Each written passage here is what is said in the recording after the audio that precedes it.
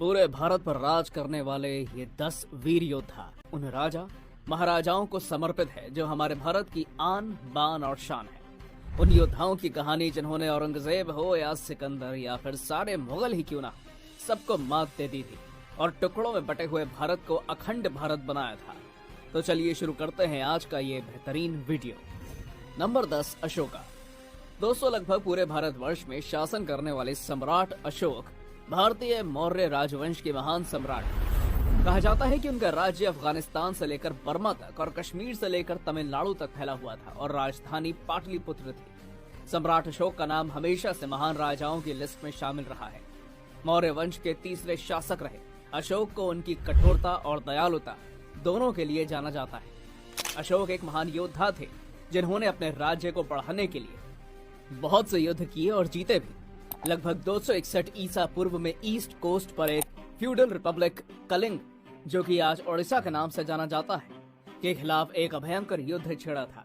जिस युद्ध में इस लगभग 1.5 लाख कलिंग योद्धाओं और 1 लाख मौर्य योद्धाओं की जान चली गई और कहा जाता है कि इसके कारण दया नदी का पानी लाल हो गया था। कलिंग एक ऐसा योद्धा था जिसके बाद उन्होंने बौद्ध धर्म को अपनाते हुए शांति के मार्ग पर चलने का फैसला किया। बौद्ध धर्म को देश दुनिया में फैलाने का श्रेय सम्राट अशोक को ही जाता है। कहते हैं कि समय के साथ अशोक महान सम्राट और विचारक के रूप में उभरे। दिग्विजय की जगह धम्म विजय को अपनाया। उन्होंने आम लोगों का सम्राट बनने पर जोर दिया और इसमें सफल भी रहे। उनके शासनकाल में ही कई मेजर यूनिवर्सिटीज की स्थापना की गई, जिसमें तक्षशिला और नालंदा विश्वविद्यालय प्रमुख है।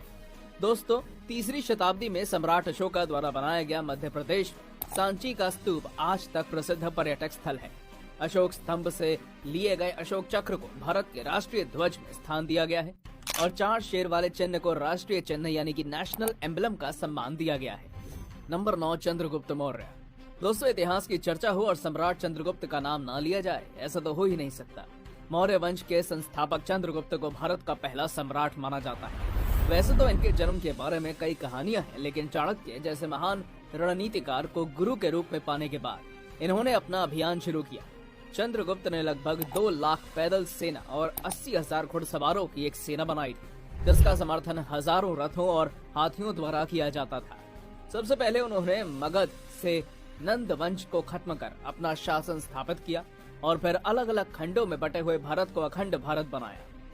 कहा जाता है कि चाणक्य को जब यह खबर मिली कि अलेक्जेंडर यानी कि सिकंदर भारत पर आक्रमण करने की योजना बना रहा है, तब उन्होंने भारत के सभी राज्यों को एक साथ लाने के लिए एक योग्य राजा की तलाश शुरू कर दी। उनकी ये खोज चंद्रगुप्त पर आकर खत्म हुई।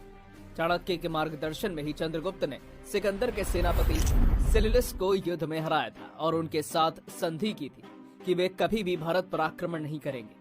दोस्तों, चंद्रगुप्त ने अपने शासन काल में न सिर्फ अपने राज्य की सीमाओं को बढ़ाया, बल्कि उसकी आर्थिक उन्नति पर भी ध्यान दिया।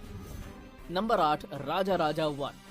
दोस्तों, दक्षिण भारत के राजा राज चोल प्रथम उन शासकों में से एक है जिन्हें हजारों साल बाद भी याद किया जाता है। चोल साम्राज्य के वास्तविक संस्थापक परांतक द्वितीय के पुत्र अरिमोल वर्मन, जो कि राजा राज चोल प्रथम के नाम से गद्दी पर बैठे थे, कहते हैं कि उनका शासनकाल चोल साम्राज्य का सर्वाधिक गौरवशाली युग था। आज भी चोल राजवंश की जड़ें दक्षिण भारत के तमिल लोगों में दिखाई देती है और इसका इतिहास 3री शताब्दी ईसा पूर्व तक जाता है। जब राजा राज सत्ता में आए तो राज्य को भारत में पांड्या, चेर साम्राज्य और श्रीलंका में सिंहल के विरोध का सामना करना पड़ा। राजराज ने अपनी अनेकों जीत के कारण एक छोटे से चोल राज्य को एक विशालकाय साम्राज्य में बदल दिया था। उन्होंने न सिर्फ अपने साम्राज्य को बढ़ाया, बल्कि उनके शासनकाल में बहुत से मंदिरों का भी निर्माण हुआ। उन्होंने दक्षिण में अपना शासन बनाया और अपना प्रभाव श्रीलंका तक फैलाया।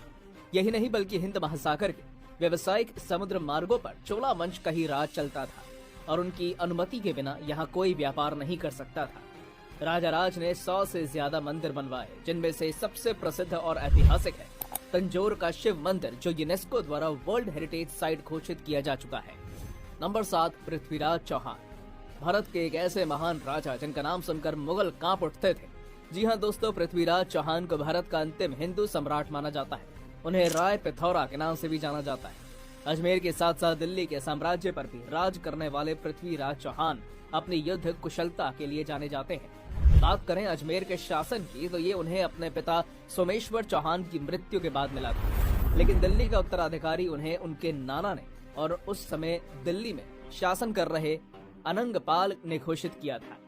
दोस्तों, आपको बता दें कि पृथ्वीराज की बायोग्राफी को उनके दोस्त और राज्य के महान कवि चंद्र बरदाई ने पृथ्वीराज रासो नामक बुक में लिखा है। दोस्तों, भला ये कौन नहीं जानता कि पृथ्वीराज ने गौड़ शासक यानी कि मोहम्मद गौरी को पहली बार युद्ध में हराया था, लेकिन जीवन दान दे दिया था।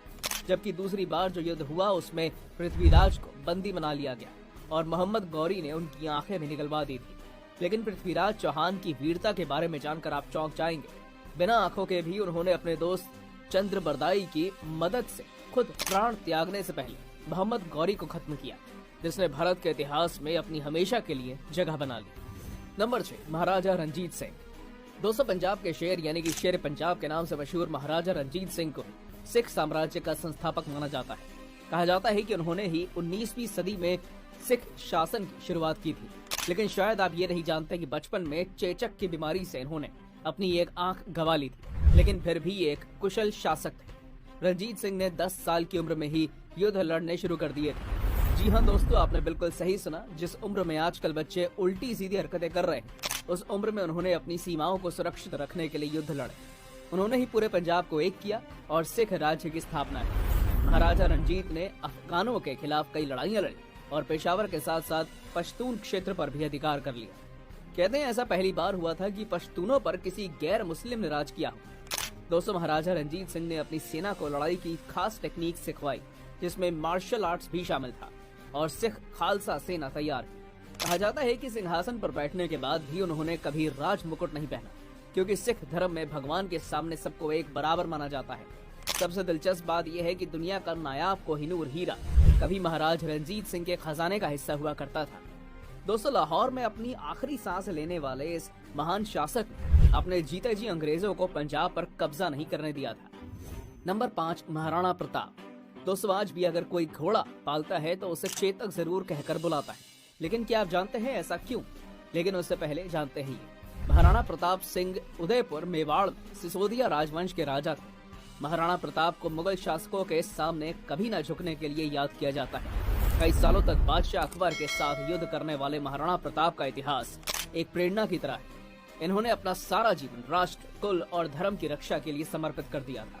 इसलिए इतिहास में इनका नाम आज भी वीरता और दृढ़ प्रतिज्ञा के लिए अमर है। दोस्तों, ऐसा कहा जाता है कि महाराणा प्रताप 72 किलो का कवच पहनकर और 81 किलो का भाला अपने हाथ में रखते थे। भाला, कवच और ढाल तलवार का वजन कुल मिलाकर 208 किलो था। जी हाँ दोस्तों, महाराणा 208 किलो वजन के साथ युद्ध के मैदान में उतरते थे। मेवाड़ को जीतने के लिए मुगलों ने कई प्रयास किए, लेकिन अजमेर को अपना केंद्र बनाकर अकबर ने उनके विरुद्ध सैनिक अभियान शुरू कर दिया था। महाराणा प्रताप ने कई वर्षों तक मुगलों की सेना के साथ संघर्ष किया। उनकी वीरता ऐसी थी कि उनके दुश्मन भी उनके युद्ध कौशल की तारीफ किया करते थे। अब आते हैं आपके सबसे पहले सवाल पर। महाराणा प्रताप और उनके प्यारे घोड़े चेतक की वीरता की गाथाएं आज भी आपको राजस्थान के कण कण में मिल जाएंगी। वो ऐसे महान राजा थे जिन्होंने कई वर्ष जंगलों में बिताए, घास की बनी रोटियां खाई और एक बार फिर अपनी सेना खड़ी की, लेकिन कभी भी दुश्मनों के सामने घुटने नहीं टेके। नंबर 4, महाराजा पोरस।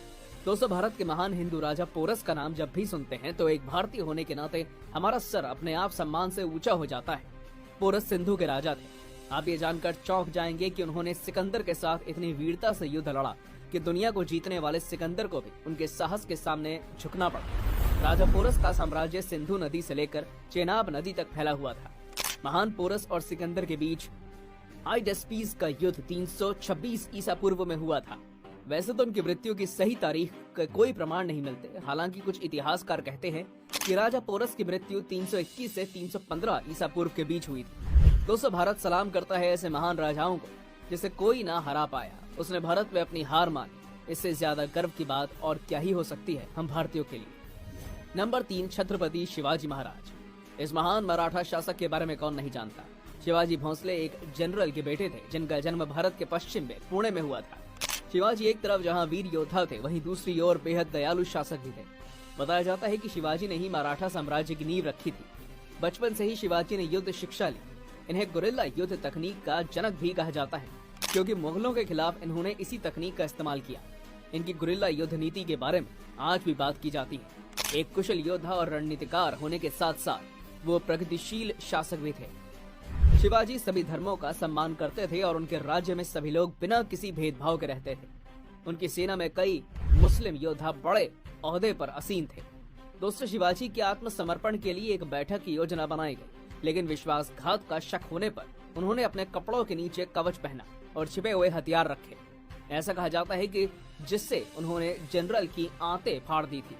भारत के स्वतंत्र संग्राम में बहुत से लोगों ने शिवाजी के जीवन चरित्र से प्रेरणा लेकर स्वतंत्रता आंदोलन में अपना तन, मन, धन न्यौछावर कर दिया था। ये आज भी लोगों के दिलों में राज करते हैं। नंबर 2, समुद्रगुप्त। दोस्तों, राजा समुद्रगुप्त गुप्त राजवंश के दूसरे शासक थे। कहते हैं कि उनके शासनकाल में देश का बहुत विकास हुआ था। उनकी युद्ध निपुणता और राजनीतिक कौशल के कारण उन्हें भारत का नेपोलियन कहा जाता है। राजा समुद्रगुप्त ने न सिर्फ कई विदेशी शक्तियों को पराजित कर अपनी शक्ति का लोहा मनवाया, बल्कि अपने बेटे विक्रमादित्य के साथ मिलकर भारत के स्वर्ण युग की शुरुआत की। अपने शासन के साथ साथ उन्होंने कला और संस्कृति को भी बढ़ावा दिया। वे अपने राज्य को उत्तर में हिमालय, दक्षिण में नर्मदा नदी, पूर्व में ब्रह्मपुत्र नदी और पश्चिम में यमुना नदी तक फैलाने में सफल रहे। भारत में करेंसी के चलन में भी समुद्रगुप्त की भूमिका को इम्पोर्टेंट माना जाता है। उन्होंने प्योर गोल्ड की करेंसी और हाई क्लास की कॉपर कॉइन्स का प्रचलन करवाया था। अपने शासनकाल में उन्होंने मेनली 7 प्रकार के सिक्कों को बनवाना शुरू किया था, जो आगे चलकर आर्चर, बाइकलैक्स, अश्वमेध, टाइगर स्लेयर, राजा और रानी, लिरिसिस्ट नामों से जाने गए। उन्होंने भले ही बहुत से राज्यों को जीता, लेकिन हर तरफ शांति बनाकर रखी। शायद आप नहीं जानते होंगे कि अपने समय में उनके पास सबसे विशाल सेना थी और इस कारण कोई भी उनसे युद्ध करने में घबराता था, और यही कारण था कि समुद्रगुप्त को भारत का नेपोलियन कहा जाता है। नंबर 1, महाराजा छत्रसाल। एक ऐसे महाराज की कहानी है जिसने सिर्फ 20 साल की उम्र में ही 5 घुड़सवारों और 25 तलवारबाज सैनिकों को साथ लेकर मुगलों पर हमला किया और अपने राज्य को आजाद कराया। उनकी इस बहादुरी के पीछे एक बहुत बड़ा हाथ था छत्रपति शिवाजी महाराज का। महाराजा छत्रसाल बुंदेला, जो मध्य प्रदेश और उत्तर प्रदेश के बीच बसे बुंदेलखंड राज्य के एक महान राजा थे। शायद आप में से बहुत से लोग नहीं जानते होंगे कि ये मस्तानी के पिता थे, जिन्हें अपने बाजीराव मस्तानी मूवी में देखा था। इनके माता पिता मुगलों से लड़ते हुए मारे गए थे और बुंदेलखंड मुगलों का गुलाम हो गया था। महाराजा छत्रसाल के पास जब कुछ भी नहीं बचा तो निराश होकर वो छत्रपति शिवाजी महाराज की सेना में शामिल होने के लिए महाराष्ट्र आ गए। लेकिन छत्रपति शिवाजी महाराज ने छत्रसाल को अपनी सेना में लेने से साफ इनकार कर दिया और उन्हें बुंदेलखंड वापस जाकर अपनी मातृभूमि को आजाद करके वहां पर अपना खुद का स्वराज्य बनाने को कहा। शिवाजी ने छत्रसाल को मुगलों से लड़ने की तकनीक और गुरिल्ला वॉरफेयर को समझाया और एक तलवार भी दी। इस मुलाकात से महाराजा छत्रसाल काफी इंस्पायर हो गए और वो अपने 30 सैनिकों को लेकर बुंदेलखंड लौट गए, जहाँ पर उन्होंने मुगलों को हराकर अपनी मातृभूमि को आजाद कराया। फिर उन्होंने अपनी विशाल सेना भी संगठित की। दोस्तों, आपको जानकर गर्व होगा कि महाराजा छत्रसाल ने औरंगजेब की सेना को पूरे 52 युद्धों में मात दी थी। महाराजा छत्रसाल के लिए एक कहावत जो पूरे बुंदेलखंड में प्रसिद्ध है कि छत्ता तेरे राज में धक धक धरती होए, जित जित घोड़ा मुख करे, तित तित फतेह होए। जिसका अर्थ है कि छत्रसाल महाराज के राज में धरती भी धक धक करती थी और महाराज जिधर भी घोड़े का मुंह कर दे उधर ही जीत हो जाती है। दोस्तों, भारत में जन्मे ऐसे महाराजाओं को शत शत नमन है। अगर आपको हमारी यह वीडियो पसंद आई हो तो चैनल को सब्सक्राइब